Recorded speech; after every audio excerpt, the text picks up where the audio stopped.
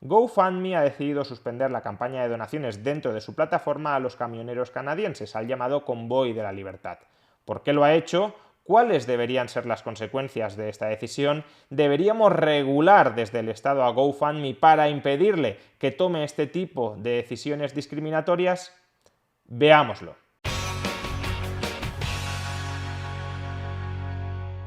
GoFundMe es una compañía estadounidense que permite recaudar dinero de particulares para que estos colectivamente puedan dirigirlo a alguna campaña a la que se adhieran. Pues bien, una de esas campañas a la que se han adherido muchos ciudadanos estadounidenses ha sido el llamado Convoy de la Libertad, la protesta de miles de camioneros canadienses contra la vacunación obligatoria que pretende imponerles el primer ministro de Canadá, Justin Trudeau.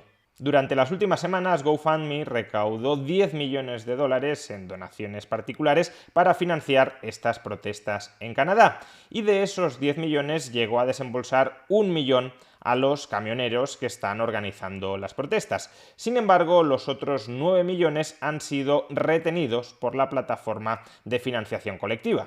No solo no van a transferir esos 9 millones a los camioneros, sino que además han suspendido la campaña en su página web. Es decir, ya no van a tramitar nuevas donaciones de particulares hacia esa campaña en concreto. ¿Y cuál iba a ser el destino de esos 9 millones de dólares? Que habían sido donados para financiar las protestas de los camioneros en Canadá y que GoFundMe había retenido porque no quería destinarlos a los camioneros de Canadá. Pues en un principio GoFundMe abrió un formulario para que aquellas personas que habían donado ese dinero pudiesen solicitar la devolución.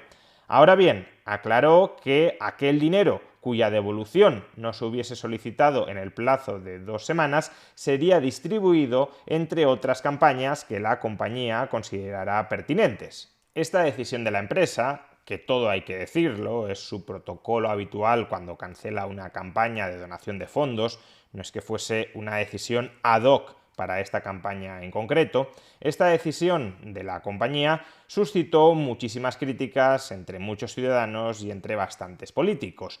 ¿Por qué razón? Pues porque evidentemente quienes habían donado sus fondos los habían donado para una causa concreta, no para otras. Y habida cuenta del aparente sesgo de izquierdas que caracteriza a muchas de las decisiones de esta compañía, todo apuntaba a que esos fondos podrían terminar siendo distribuidos a campañas que fueran ideológicamente opuestas a aquellas que querían financiar sus donantes originales. Recordemos, las protestas de los camioneros de Canadá son protestas contra la vacunación obligatoria. Imaginemos que ese dinero termina siendo distribuido a campañas a favor de la vacunación obligatoria. Pues evidentemente se trataría de un clarísimo agravio incluso contra aquellas personas que no han solicitado la devolución de los fondos, porque quienes la hayan solicitado habrán recuperado el control de esos fondos y por tanto ese dinero no irá a parar a campañas que ellos no quieran financiar.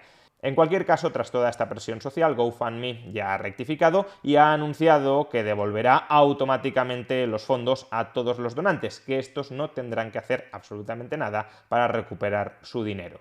Pese a ello, siguen siendo muchos los que consideran que GoFundMe ha obrado mal, ha obrado ilegítimamente y que por tanto deberíamos articular algún tipo de mecanismo desde el Estado para impedir que este tipo de comportamientos arbitrarios, como suspender o bloquear una campaña de financiación, puedan volver a ocurrir en el futuro. Que el Estado tiene que ponerse a regular las grandes tecnológicas para garantizar la libertad de los ciudadanos al utilizar esas compañías tecnológicas. Pero personalmente soy bastante escéptico con este tipo de llamamientos, tanto por razones de principios como por razones de consecuencias esperables. En cuanto a los principios, como liberal defiendo que cualquier persona y también cualquier agrupación de personas puedan autogobernarse, es decir, que en su casa puedan establecer sus reglas. GoFundMe, aunque nos pueda desagradar, tiene todo el derecho a no querer intermediar en las donaciones de determinadas campañas que considere que van contra la ideología de los accionistas de esa empresa. De la misma manera que sería aberrante que un periódico estuviese obligado a publicar las columnas, las opiniones de personas que vayan frontalmente en contra de la línea editorial de ese periódico, y lo sería porque nadie debe estar obligado a destinar su vida, a destinar sus recursos, a promover, por ejemplo, unas ideas con las que no coincide. Si considerábamos que era un agravio que el dinero que había sido donado para los camioneros canadienses pudiese ir a parar a campañas contrarias a la ideología, a los valores de los donantes originales, por ese mismo motivo, tampoco la compañía tiene por qué prestar su plataforma, sus recursos, para intermediar, para facilitar, para promover campañas que atenten contra la ideología, contra los valores de los fundadores, de los accionistas de esa empresa. Por tanto, creo que GoFundMe ha de tener derecho a establecer unas condiciones de uso que excluyan, por ejemplo, la financiación de aquellas campañas que atenten contra la ideología de sus accionistas, de la misma manera que un periódico tiene derecho a no publicar los artículos de columnistas a los que no quiera publicar, aunque sea por motivos ideológicos. En este punto, sin embargo, es verdad que se podría criticar que las condiciones de uso de GoFundMe abren la puerta a la arbitrariedad de la propia compañía.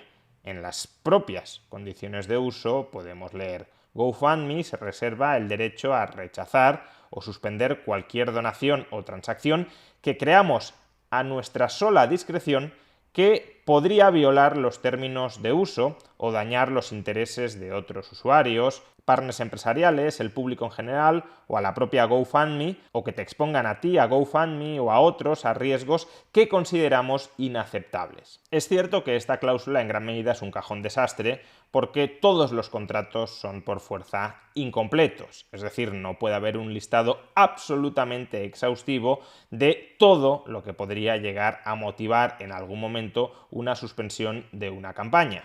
Y por tanto, para evitar judicializar cualquier discrepancia que pueda existir entre la compañía y los usuarios, se puede incluir esta cláusula genérica para que en una primera instancia sea la propia compañía la que resuelva. Sin embargo, si la compañía usa de manera sistemática esta cláusula de cajón desastre para suspender campañas por un motivo muy específico y determinado que no está incluido en las condiciones de uso, por ejemplo, por motivos ideológicos, entonces sí creo que podría argumentarse que por buena fe contractual y también para evitar una posible publicidad engañosa, esa causa oficiosa que no oficial de suspensión de una campaña debería incluirse en las condiciones de uso, dado que en caso contrario puede invitar a engaño a los usuarios. Si, por ejemplo, GoFundMe no quisiera intermediar en la financiación de campañas que vayan en contra, digámoslo así, de la política sanitaria que en cada momento determinen los estados, si esa fuera la posición ideológica de GoFundMe en este asunto, debería explicitarlo en las condiciones de uso. Debería añadir un epígrafe que dijera: no vamos a intermediar en campañas de financiación que atenten, que vayan en contra de la política sanitaria que en cada momento determinen los distintos estados. Para mí sería legítimo que GoFundMe tomara esa posición, pero desde luego debería advertirlo e incluirlo de manera transparente en sus condiciones de uso. Esta es la razón desde los principios por lo que creo que la regulación estatal de este tipo de compañías tecnológicas sería un error. Pero, como también he mencionado, hay otra razón desde las consecuencias esperables que me lleva a oponerme a este tipo de regulaciones. Y es que, ¿quiénes serían los encargados de redactar las regulaciones a las que se sometería no solo esta empresa, sino cualquier otra empresa que se dedique a una actividad similar, en el caso que nos ocupa la intermediación de donaciones? Pues quienes redactarían esas regulaciones, esas normativas, bajo las cuales se sometería a todas las compañías del ramo, serían los políticos que en cada momento controlen el Estado. Actualmente, por ejemplo, en Estados Unidos sería el Partido Demócrata, que tiene el control de ambas cámaras y también que ocupa la presidencia de Estados Unidos. ¿Realmente alguien se cree que si los políticos se ponen a regular a este tipo de compañías no será para cercenar por entero su libertad y para someterlas de un modo todavía más escandaloso a su agenda política? ¿Realmente alguien se cree que disfrutaremos de más libertad ideológica si el Estado regula a estas compañías cuando los políticos a lo que aspiran es a controlar nuestra ideología para que les entreguemos en bandeja el poder? ¿O es que de hecho muchas de estas compañías no están adoptando un determinado posicionamiento ideológico para no enemistarse con el Estado? Si a día de hoy, incluso sin regulación, muchas de estas compañías se tienen que someter ideológicamente al dictat extraoficial de los políticos, Imaginémonos si se tuviesen que someter al dictat oficial de las regulaciones. Cuanto más regulado desde el Estado esté un sector, cuanto más justifiquemos que un sector deba ser naturalmente regulado por el Estado en prácticamente todos sus aspectos, más instrumental al Estado será ese sector. Por ejemplo, hay algunos que abogan por convertir a las grandes tecnológicas en public utilities, algo así como infraestructuras públicas.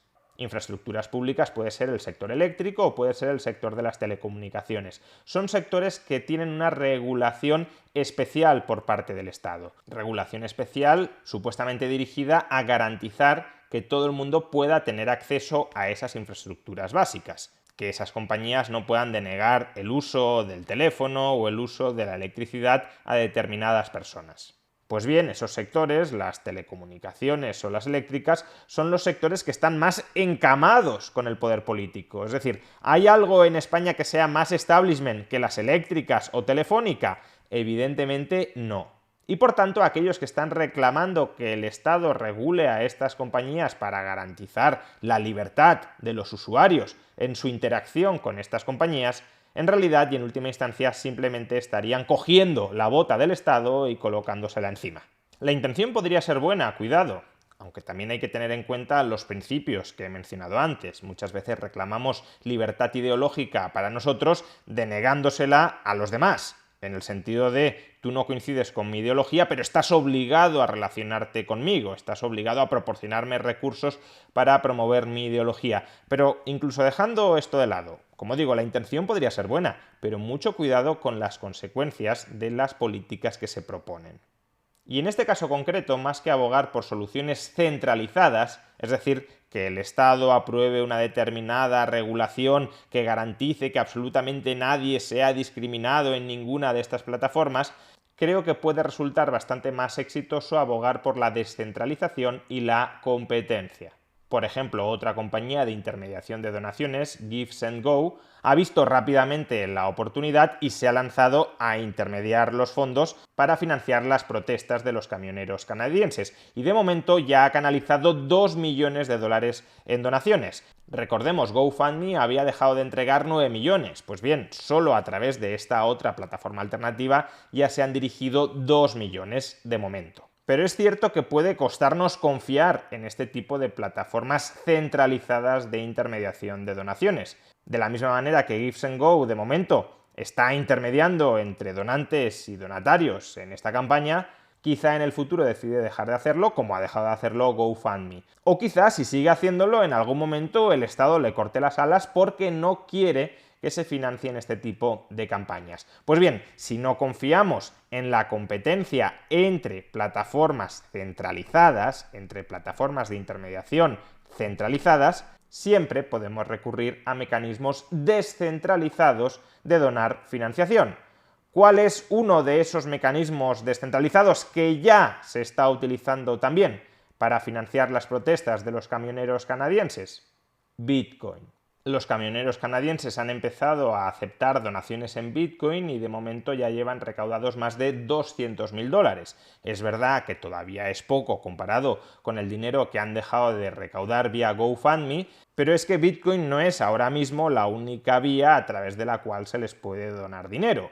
Si fuera la única vía, si todas las demás se cerraran, evidentemente la recaudación que podrían obtener a través de Bitcoin crecería, porque todos los que les quieran donar utilizarían Bitcoin, que sí sería una vía abierta y que no puede cerrarse para efectuar esas donaciones. En definitiva, si uno se opone a la decisión que ha tomado GoFundMe de suspender la campaña de financiación a los camioneros canadienses, puede criticar privada y públicamente esa decisión, incluso hasta el punto de organizar un boicot contra GoFundMe por tomar decisiones que consideren discriminatorias, o puede también buscar mecanismos alternativos a través de los cuales canalizar la financiación hacia aquellos donatarios finales a los que les quiere entregar una determinada cantidad de dinero.